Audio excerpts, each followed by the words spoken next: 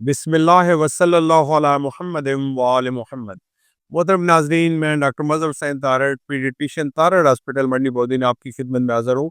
बच्चों की health education का जो सिलसिला हमने शुरू किया है वो उसको जारी रखे हुए हैं। उस सिलसिले में आज नहायत ही अहम जो टॉपिक है उस पर गुफ्तगू करेंगे। ये है कि इसको जो इन्फ्लुएंजा वैक्सीन है या फ्लू वैक्सीन होती है, वो अभी तकरीबन हमारे पास 2 दिन पहले आई है। तो हर सीज़न में सर्दियों के सीज़न स्टार्ट होने से पहले ये वैक्सीन आती है और हर साल एक अलहदा आपकी वैक्सीन होती है। पिछले साल वाली वैक्सीन अगले साल काम नहीं करती। तो मैंने मुनासिब समझा कि इसके बारे में आपको आगाही के लिए मैं एक प्रोग्राम कर दूँ। अब सवाल ये पैदा होता है कि फ्लू वैक्सीन लगवाना क्यों ज़रूरी है? फ्लू जो है या इन्फ्लुएंज़ा एक ख़ास ज़ुकाम होता है या नज़ला ज़ुकाम समझ लें, और ये मुतद्दी बीमारी है। और ये शुरू होती है, इसका जो पीक सीज़न होता है वो अगस्त से लेके मई तक होता है। यानी कि जब सर्दियाँ शुरू होती हैं तो अगस्त से सर्दियों की रात को असार शुरू हो जाते हैं, तो ये अगस्त से लेके मई तक ये बीमारी ज़्यादा रहती है। और वैसे तो फ्लू वैक्सीन हर बंदे को लगवानी चाहिए। अब मैंने वैक्सीन आई है तो मैंने अपनी पूरी फैमिली को लगवाई है। लेकिन जो 1 साल से कम उम्र के बच्चे हैं, स्पेशली वो, और जो 65 साल से बड़ी उम्र के बुजुर्ग हैं, उनके लिए ये बीमारी जानलेवा साबित हो सकती है। इसलिए जिस घर में भी ये 2 एज हैं, मसलन 1 साल से कम उम्र के बच्चे हैं या 65 साल से बड़े बुजुर्ग हैं, उनको चाहिए कि पूरी फैमिली लगाए। क्योंकि अगर आप इन सिर्फ इन दोनों को लगाएँगे तो जो बड़े हैं वो या दूसरे घर के अफराद हैं वो इनको ट्रांसमिट कर सकते हैं। अब जो वैसे अगर फ्लू जो है, ये इन्फ्लुएंजा सिर्फ नज़ला ज़ुकाम तक रहता है, तो ये इतना ख़तरनाक नहीं होता।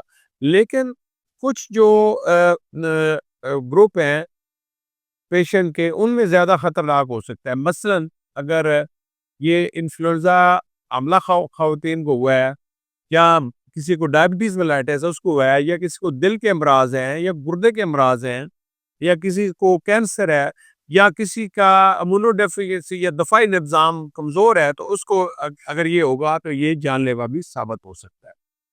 और इसकी जो इन्फ्लुएंजा, इसकी पेचीदगियाँ क्या होती हैं? पेचीदगियाँ या कॉम्प्लिकेशन ये होती हैं कि ये जो मरीज़ है उसमें ये निमोनिया कर सकता है, उसमें ब्रोंकाइटिस कर सकता है, और साइनस जो होता है उसकी इन्फेक्शन कर सकता है, और कान की इन्फेक्शन कर सकता है।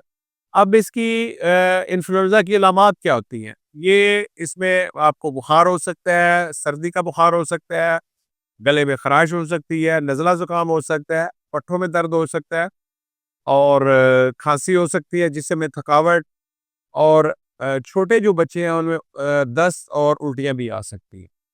अब जो इन्फ्लुएंजा वैक्सीन है उसके बारे में क्या डॉक्टरों की रिकमेंडेशन है? हर जो सीडीसी है, जो अमेरिका की बीमारियों को कंट्रोल करने वाली ऑर्गेनाइजेशन है, उसकी रिकमेंडेशन ये है कि हर जो बंदा है जिसकी उम्र 6 माह से बड़ी है, उसको आप फ्लू की वैक्सीन लगवाएं। 6 माह से कम उम्र के बच्चों में फ्लू की वैक्सीन ज़रूरत नहीं होती। और अगर बच्चे या बड़े की उम्र 6 माह से लेके 8 साल तक है, तो उसको पहले सीज़न में 2 वैक्सीनें लगेगी, यानी 1 वैक्सीन लगेगी और उसके 1 महीने बाद दोबारा दूसरी वैक्सीन लगेगी, और उसके बाद फिर हर सीज़न में उसको 1 वैक्सीन लगेगी। लेकिन अगर जो वैक्सीन लगवाने वाला बंदा है उसकी उम्र 8 साल से ऊपर है, तो उसको सिर्फ हर साल 1 वैक्सीन काफ़ी होती है उसके लिए। अब ये वैक्सीन जो है, आमला जो ख़वातीन होती हैं उनको भी लगाई जा सकती है, और जब आप वैक्सीन लगा देते हैं तो 2 हफ्ते के बाद इसकी प्रोटेक्शन शुरू हो जाती है, ये हिफाज़त देना शुरू कर देती है। ये हर साल की याद रखें, पहले भी मैंने बताया कि हर साल की नई वैक्सीन होती है। पिछले साल का अगर किसी के पास स्टॉक पड़ा हुआ है तो अगले साल वो काम नहीं आएगा। और ये वैक्सीन दूसरी जितनी वैक्सीनें जो बच्चों में, बड़ों में लगती हैं उनके साथ लगाई जा सकती है, इसमें किसी किस्म की कोई परेशानी नहीं है। और इस वैक्सीन से किसी किस्म का आपको किसी किस्म की मतलब है बहुत ज़्यादा पेचीदगी इसमें नहीं है। आप अपने अपने डॉक्टर से बात करें मंदरजा ज़ाल बातों में। अगर फ़र्ज़ करो कि पिछली वैक्सीन में आपको वैक्सीन के साथ कोई एलर्जी का रिएक्शन हुआ है, सीवियर ख़ास तौर पे जिसमें आपके द्रपड़ बन गए हैं या कोई दाने बन गए हैं या चेहरा सूज गया है या आपके साँस का कोई मसला हुआ है या आपको खतरनाक एलर्जी की कोई हिस्ट्री है किसी और चीज़ से भी, तो फिर आप अपने डॉक्टर से राब्ता करें। कुछ जो होते हैं उनमें एक 2 हफ्ते तक ठीक होने वाला फ़ालज होता है जिसको जीबी सिंड्रोम कहते हैं, वो भी बिल्कुल मतलब चंद जो केस होते हैं उनमें हो सकता है, लेकिन ये बहुत ही रेयर है। इसकी डर की वजह से आप अपनी वैक्सीन को पोस्टपोन ना करें। और ये वैक्सीन अमल में भी सेफ होती है, अमल में किसी टाइम भी लगाई जा सकती है। इससे मामूली आपको नज़ला ज़ुकाम हो सकता है और इसके अलावा जो है ना मतलब वैक्सीन लगाने के जो होता है, अगर किसी मरीज़ को मामूली बीमारी है, मसलन उसको कॉमन कोल्ड या नज़ला ज़ुकाम लगा है, तो वो लगवा सकता है। लेकिन अगर इतनी बीमारी शदीद है कि मरीज़ को दाखिले की ज़रूरत है, तो फिर आपको चाहिए कि इंतज़ार करें, जब ये बीमारी ठीक हो जाए, तो फिर आप वैक्सीन लें। अब इस वैक्सीन के साइड इफ़ेक्ट क्या आते हैं? आमतौर पे जो फ्लू की वैक्सीन है, इसके साइड इफ़ेक्ट बिल्कुल मामूली होते हैं। आपको जिस जगह पे आपने टीका लगाया है, उस जगह पे थोड़ी-सी स्वेलिंग हो सकती है, कोई वो दर्द कर सकती है जगह। तो वहाँ पर थोड़ी-सी सुर्खी आ सकती है, आपको बुखार हो सकता है, पट्ठों में दर्द हो सकता है, सर में दर्द हो सकता है।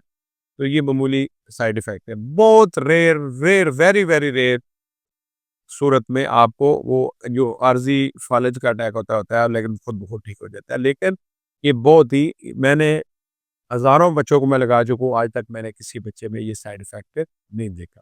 हाँ, अगर वैक्सीन लगाने के बाद किसी को सीरियस साइड इफ़ेक्ट हुआ है, मसलन उसको बहुत ज़्यादा दाने निकल आए हैं, जिस्म फूल गया है या उसकी साँस में कोई दिक्कत आ रही है, तो आपको चाहिए कि फ़ौरन 1122 को कॉल करें और फ़ौरन अपने डॉक्टर को दिखाएँ। उम्मीद है मेरी ये जो काविश आपको पसंद आई होगी और इंशाल्लाह हम अपना ये सिलसिला जारी रखेंगे। शुक्रिया।